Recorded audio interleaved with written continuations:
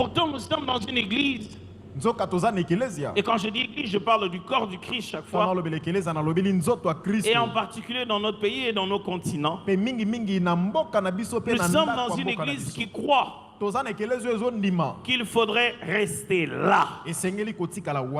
Prêcher aux gens le renoncement aux œuvres mortes. Prêcher aux gens les baptêmes. L'imposition de main. Oh, si vous ne parlez pas de la résurrection de mort, du jugement éternel, on vous considère comme une église corrompue qui ne prêche pas la saine doctrine, qui est là pour faire plaisir au peuple. Il faut crier leurs péchés. Il faut leur dire tous les jours que Jésus revient. Je vais relire. C'est pourquoi nous ne voulons pas nous attarder davantage aux notions élémentaires du message chrétien. Ça s'appelle notion élémentaire du message chrétien. Mais demain, on se plaint que les églises au Congo ne grandissent pas. Elles sont pleines en quantité et elles sont faibles en qualité. Est-ce que vous ne commencez pas à voir le pourquoi? Parce qu'il faut qu'on prêche encore aux gens la repentance. Là, on prêche encore la repentance. C'est une bonne chose. Mais c'est pour le prêcher que aux chrétiens. Ça veut dire qu'il y a problème de repentance.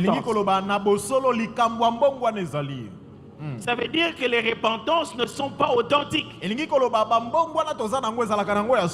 Comprenez-moi bien. Je ne suis pas en train de dire ne prêchez pas la repentance, ne prêchez pas le retour de Jésus. Je suis plutôt en train de dire la Bible considère cela comme les fondamentaux.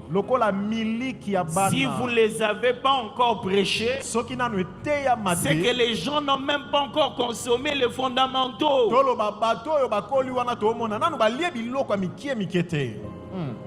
Si les questions n'ont même pas encore été abordées, c'est-à-dire que même les laits, les gens n'ont pas encore bu.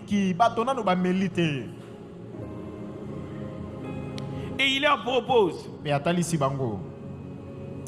laissons donc ces notions, si tu peux interpréter s'il te plaît, laissons donc les notions fondamentales à leur place.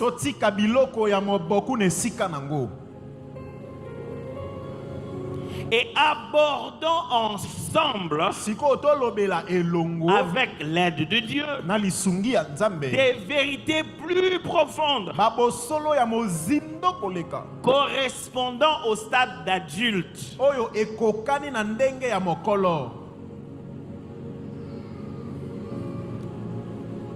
Dans la vie, il y a plusieurs façons de catégoriser la croissance,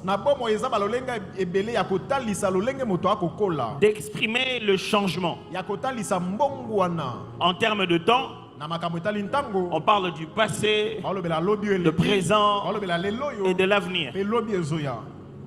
En termes de capacité, on parle de débutants, d'intermédiaires et d'avancés. Et en termes de qualité, on parle de mauvais, on parle de bon, on parle de très bon, de meilleur même, et jusqu'à l'excellent. Il y a toujours un niveau supérieur. Il y a un niveau supérieur de la même Bible. Il y a un niveau supérieur de la même église. Je me souviens d'un ami, il y a longtemps, il est arrivé en Europe et il nous a envoyé une photo. À l'époque, ce n'était pas avec les téléphones. Donc il a pris vraiment une photo. Et derrière la photo, il a écrit Vous tous là-bas, vos santé ne se sont pas encore réellement révélées. Tel que vous êtes là, vous tous, vous êtes malades. Moi, dès que je suis arrivé en Europe, ma véritable santé intérieure s'est révélée. Je ne sais pas lui donner raison. Je ne sais pas ce que ça signifie. Mais il est sûr que quand on a regardé sa photo, il n'était plus le même. Je ne parle pas physiquement. Je parle de toute la vie que tu mènes aujourd'hui. Est-il possible que le niveau supérieur de ça existe? Est-il possible que le niveau supérieur de celui que tu regardes dans ton miroir là, ça existe? Frères et sœurs, je suis venu vous dire oui, ça existe. Et ce n'est pas ailleurs. C'est juste caché à l'intérieur de toi. Et tu dois apprendre comment on passe au niveau supérieur. La Bible enseigne que tu passes au niveau supérieur de ta foi. Que tu cesses d'être un enfant. Que tu cesses de courir derrière des prières. Mais tu commences à expérimenter des exaucements de Dieu. Que tu cesses de courir derrière qui t'imposera les mains. Mais que tu commences à invoquer le feu comme Élie qui est un homme de même nature que nous. Que tu cesses de commencer à demander la prière. Mais tu commences à prier pour ceux qui en ont besoin. Il faudrait qu'à un moment dans ta foi tu te dises: est-ce que j'ai grandi? Ma question est celle-ci.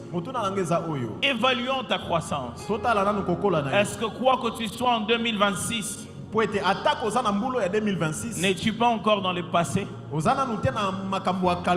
y a des gens, vous lui parlez, vous avez l'impression qu'il a bloqué. Non, ouais, mais parce que ce qu'il avait dit là, tu as envie de dire, il avait dit il y a combien de temps?